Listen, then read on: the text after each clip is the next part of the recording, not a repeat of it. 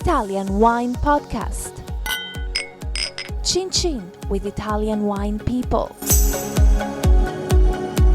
Hello, this is the Italian Wine Podcast. My name is Monty Waldin. My guest today is Sara Goretti of the Goretti Winery in Umbria. In fact, you have two wineries, don't you? Yeah, correct. Let's go step by step, one by one. Let's start with the one in Montefalco. Mm-hmm. So what's that actually called? It's called the Fattoria Le Mura Saracene, and the winery is called like that because we have a little wall coming from the period of Saracens. When was that? Saracen wall. When were the Saracens around? Saracens were after the Etruscan Romans. There were the Saracens. So very antique population moving by horses in the little mountains, the little actually sweet hills of Montefalco, where we are located in Pietrauta actually. Is that what it's called? Yeah. That's the little village, is it? Yeah. It's so what's it called? place. Pietra? Pietrauta.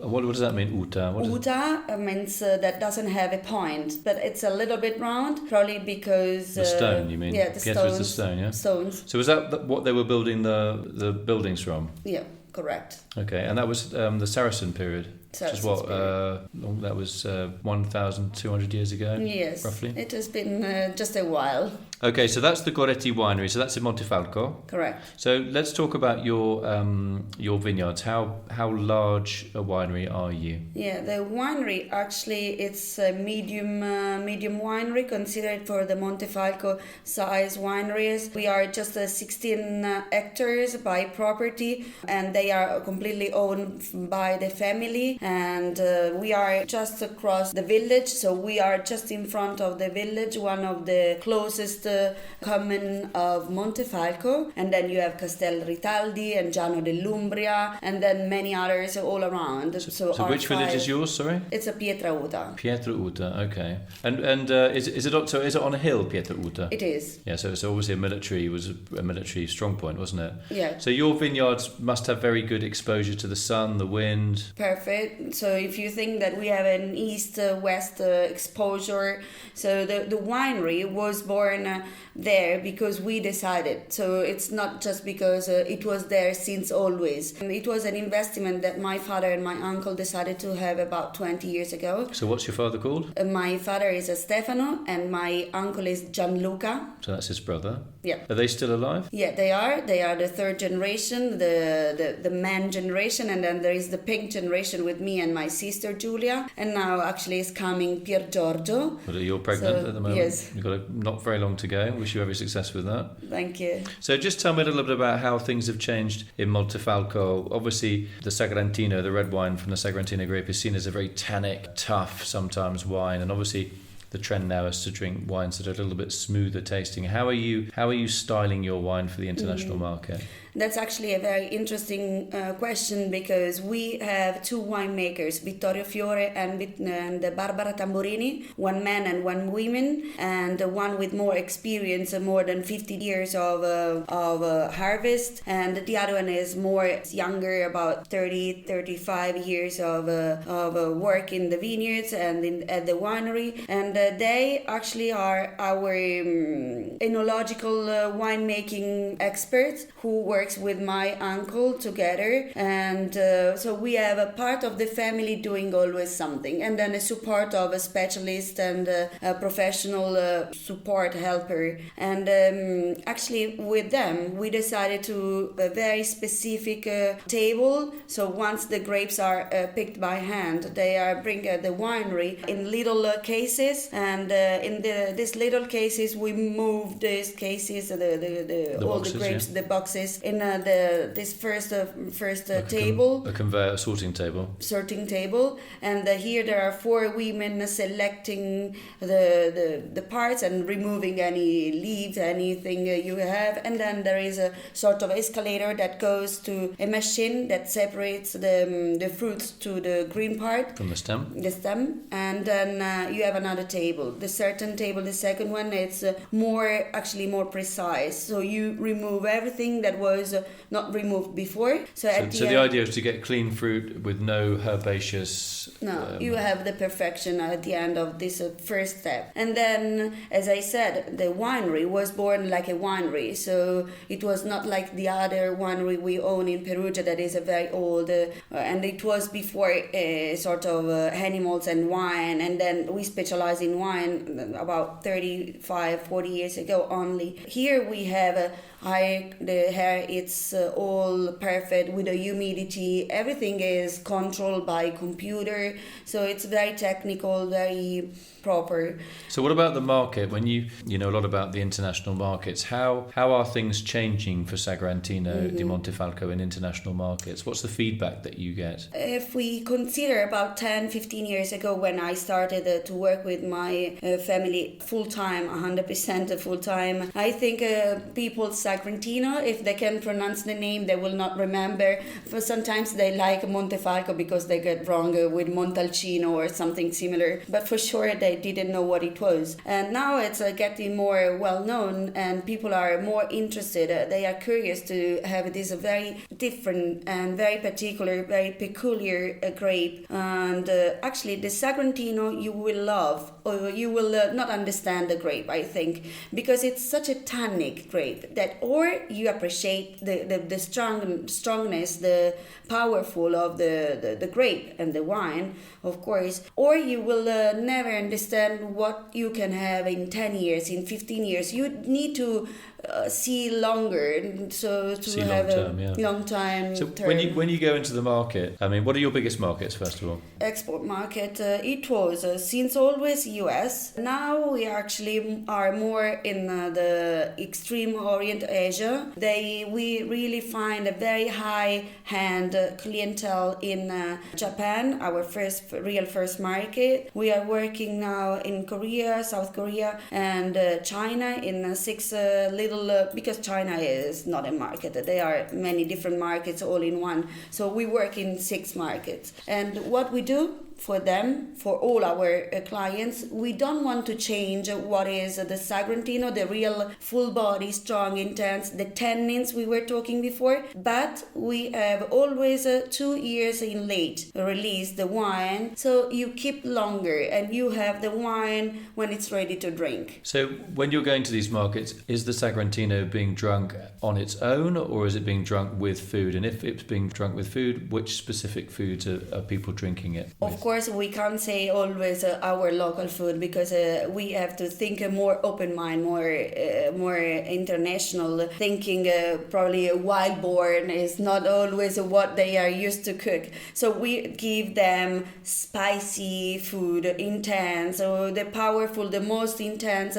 So they will pick what they think from their kind of local cuisine. So that's interesting because often we just think, like you just said, that if it's a strong red wine, a quite tannic, firm red wine, like a sort of a traditional Bordeaux, for example, Sagrantino has a lot of similarities. And you think, you have it with meat or cheese. And you're saying, actually, no. Wine critics like me would say, you can't have a very expensive red wine with spicy food. You'll ruin the wine. And what you're saying is actually, this is the perfect wine for this kind of these spicy dishes in that market.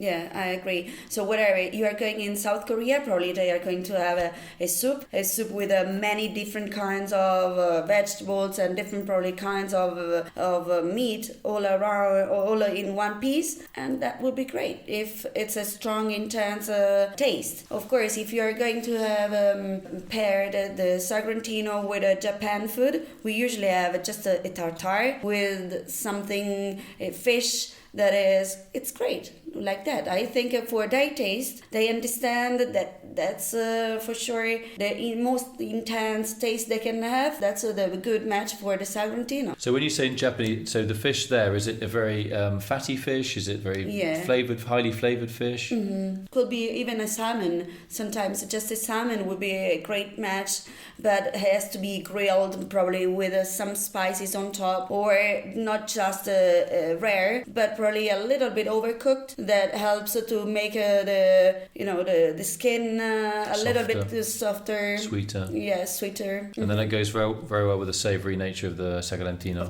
So you mentioned China. Obviously, we kind of say, the Chinese market, but as you said, it's actually lots of different markets.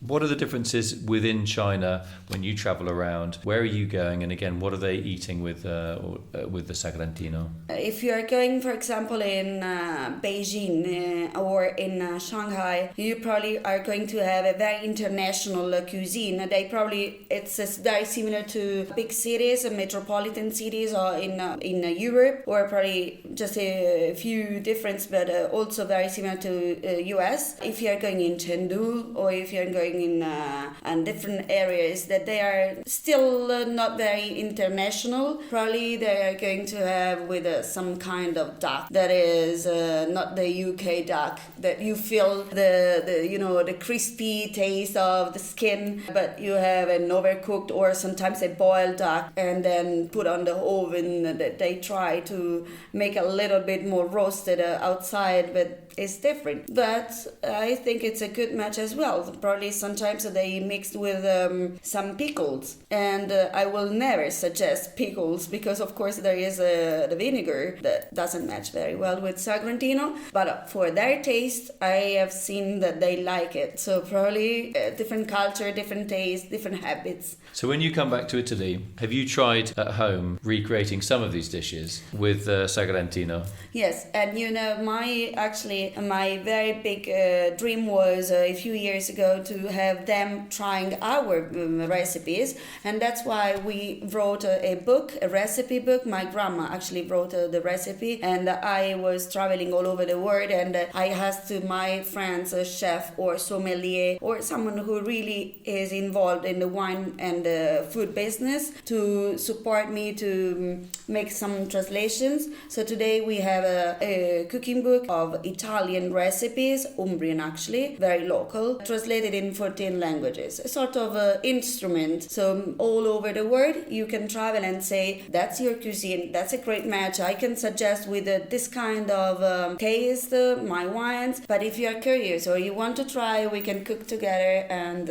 let's close our eyes and be in South Korea, probably try some Italian recipes like our local food. Yeah, it's a great idea, because often as traditional countries, maybe France, for example, obviously Italy, traditional wine producing countries, people do get very stuck and say, right, Brunello has to be with wild boar. Yeah. And what you're saying is actually we should think, just because the wine is Italian doesn't mean that it can't go with very, very varied and very different cuisine. If you are not used to have a torta al testo, that is a very nice a sort of crepe, a little bit thicker, that is cut in half, and in the middle it's filled with some salami or prosciutto, or you can put some vegetables. But so what's the meat there? How do you say that again? It's a torta al testo, that is a sort of a big piece of bread, but it's a kind of dough that you cook in a stone. You put the stone very close to the fire, and when it's very hot, you can work this dough, and you obtain a little bit higher because you use yeast, not so just it rises a little bit. Rise a little bit, and you cut in a half,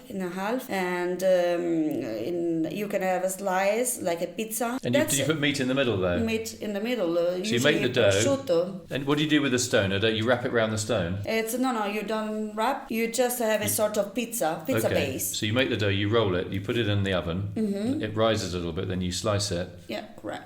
And then, but you don't make a sandwich, you're just putting the meat on the top. Correct. And that's a suggestion. But if you are going also sometimes you don't need to go very far away, but in Rome, they are not used to have the torta al testo from Umbria. They probably will prefer to use with a different kind of bread that is more local. So think when you are in Japan or China or whatever, you probably will not have someone who can cook for you torta al testo. So probably it's a good suggestion, but if they are not used to have, why don't try with something that they are used to have and their habits, and find the combination. Okay, so when you travel, obviously you get to eat a lot of different food with your Sagrantino. We always have Sagrantino and a lot of different food. What is your top dish? What is your favourite dish after a long, hard day selling wine? And you're in a foreign country far away from your family. And what is the dish that you think, I've had this dish many times before, but I still love it? Yeah, I think that's a good question because it depends. Wherever you are is very different. But sometimes, in the US, even with a hamburger, just a hamburger, you really like to have a very good steak or a nice hamburger. Don't think of the McDonald's or something. No, proper burger was made with proper meat, So they really picked the right meat and then they made it all together sort of a meatball. And then I think it was a really good experience for me because probably my father will never accept, even if the match works, just seeing the hamburger match with a nice reserve of 2002 Sagrantino di Montefalco used for important dishes here in Italy, probably some pigeons filled with some kind of herbs, and then you have an hamburger. Different point of view, but same result. Okay, so let's talk about, you say you have 2 wineries, so tell me about the other winery. Actually, the other winery is located in Pila. It's a little village close to Perugia. Perugia city, it's actually a beautiful city thanks to the Etruscan origins and the very well-known Etruscan Choco place and the festivity, the jazz festival. We are very chocolate and jazz. And the University of Foreign Students, yeah. And the winery in Perugia, I mean, how did that come into your family? How long has the family owned that? It's from my great-grandfather. What was his name? So Gisberto. Gisberto. That's an interesting name. And today are 3 the generation active in the business. So if you are coming, probably the first person you are going to meet is Nonna Marcella. That's grandmother Marcella. Yeah, and she will like that you call her grandma. So she will like to say, I'm already, she will introduce herself with a Nonna Marcella, so Grandma Marcella. And she is the person in charge to make any kind of activities, but one is very, very popular, the winery. Cooking classes. How did I guess? They are very... That's where you get your love of food from, yeah? Mm-hmm. Yeah. They are very fun. First of all, they are fun. People come there and they will come back for sure. Or some friends referred from people that already visited, because it's not just a tasting. You really are involved in the process of cooking if you are not so lucky to be in the harvest time. So if you are coming and you can go in the vineyards with my grandfather, 87 years old, but he is very terrible. So he really likes to walk there with his head going around and say, don't touch, don't eat, you can't use it. We are going to have later a taste, but now cut in like this, or don't push too much when you pick a grape. So he really likes to select the grapes. So for the cooking school there, what are is it the dishes that are cooked there or being taught there, are they very traditional Umbrian dishes or is it international? How does that work? So when there is my grandma, the grandma Nonna Marcella, she only cooks local, and she. So what are her signature local dishes? Actually, it's a kind of pasta that is called Umbricelli. So it's a sort of spaghetti but rounded with a hole. A hole in so it's a hollow spaghetti. Whole spaghetti, so a little bit thicker. So how long would so they are 30 centimeters? What? Yes. 1 foot? 1 foot. It's quite long, isn't it? It is. But how fine are they? How fine is the hole? It's a very, very little. So very, very little. To make a hole, you have to be very careful. So they're using I would imagine like a piece of wire, not as wide as a pen or a biro or a pencil, but much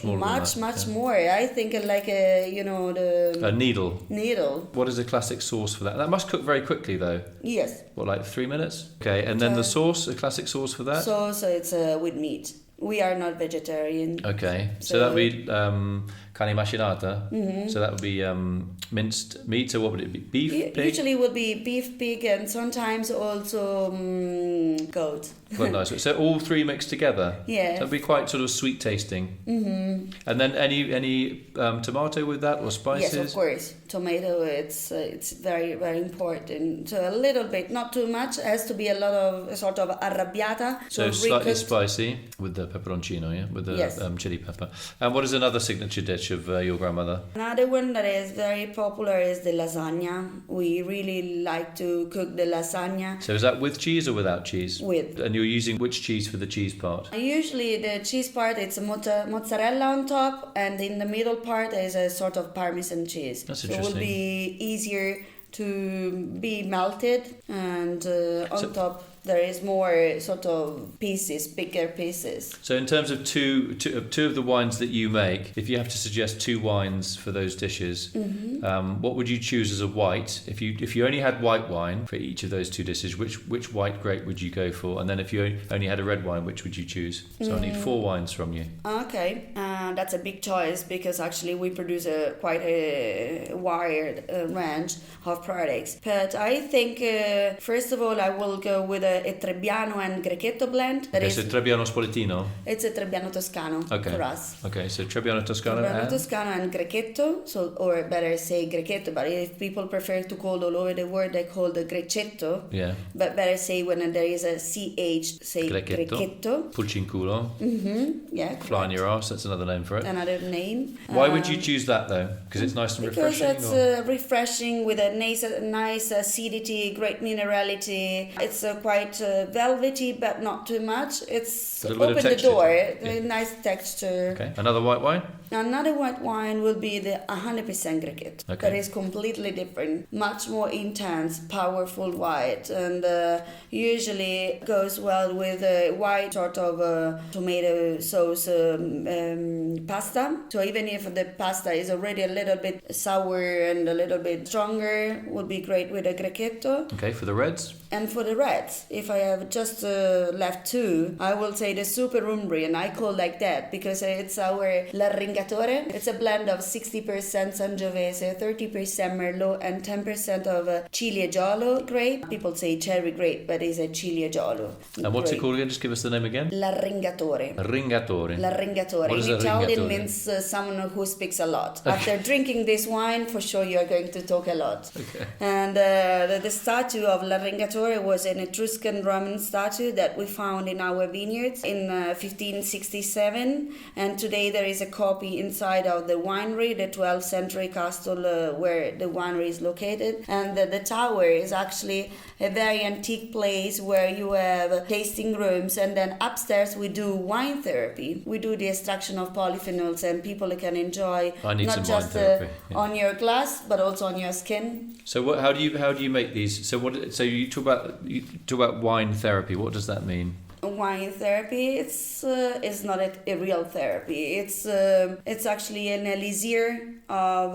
nature mixed with cosmetics, and you can have skin products and any kind of creams and moisturizer, and then we have a serum to just help to enjoy the relax you had after a good tasting or a cooking class. So some of these therapies are based on wine grapes. So how do you make them? Using the seeds, the pips, the skins? We do the skins, and then we do the extraction of polyphenols, the antioxidant, natural antioxidant of the wine, and the wine materials, and we use them for the anti-aging cream and things like that. Anti-aging creams. Do you think I need any? No, I don't think so. Oh, nice. But in a few years, everybody will use. So I will suggest for you as well. For now, you can still stay with a good glass of Sagrantino. Okay. So basically, you do the whole thing. You've got the cooking school, the therapy, the wine. And we do helicopter tours. Okay. So people can really come at the winery, enjoy the very nice hills, and just a few minutes, 5 minutes, there is the Trasimeno Lake, and then they are very well connected for Florence and Rome. We are just right in the middle, so it's sort of by car 1 hour and a half both cities. If you're going by helicopter, just a few minutes, but very nice to see the all around area background. So you very dynamic family. We are. Do you think that comes from your grandmother? She's actually the president. She is still 82 years of very intense taste and a very powerful character. Yes, no, she sounds like it. Mm-hmm. It's great that you're doing all these add-ons to your wine business. In fact, you are the first family salesperson that I've heard, certainly from Italy, that is very happy to go abroad and let local people decide what they want to drink with the wine, rather than say, oh, you must have a traditional Tuscan dish with that. I mean, I don't want to be rude about France, but sometimes we have this kind of obsession with our own cuisine. So listen, we made the wine in Italy, but when it travels, it should go with local food, and it's up to people to find out. So I think that's absolutely fantastic. I always say the best match, the best pairing, it's your favorite food. So if you have your favorite food, I will suggest to taste with our Sagrantino. So the Sagrantino, not just Goretti, of course, I will say Goretti because it's my brand, my name, my family, but it's a sort of such a unique grape that probably you can compare with something similar, but not with something that you already knew if you didn't have a Sagrantino yet. So let's try to have a Sagrantino, a glass of wine, and try that in a couple of years, and you see how much it really needs time. So it really getting better year by year. So it would be great to enjoy the Sagrantino today, but think about that in the future and see the difference. Great. Sara Goretti from the Goretti Winery, or wineries, I should say. Fascinating to talk to you. I love all this food stuff. I think we're going to close the Italian wine podcast, and we're going to do the Italian food podcast. Actually, you'd be the presenter, I think. You'd be a much better interview than me with the food, but very dynamic winery, and a lot of history as well. You've got these incredibly historic buildings, and you've got the history, and you've got a very modern outlook to the way that you sell the wine. Well done. It's great. Thank you very much. Thank you. It was a very big pleasure for me to be here, and see you at the winery. See you at Goretti Winery. Yeah, I want to meet your grandmother. Okay, sure. She will love you. I fancy some of that lasagna. I really do. Yeah. Thanks a lot. Okay, thank you. My pleasure. Grazie. Follow Italian Wine Podcast on Facebook and Instagram.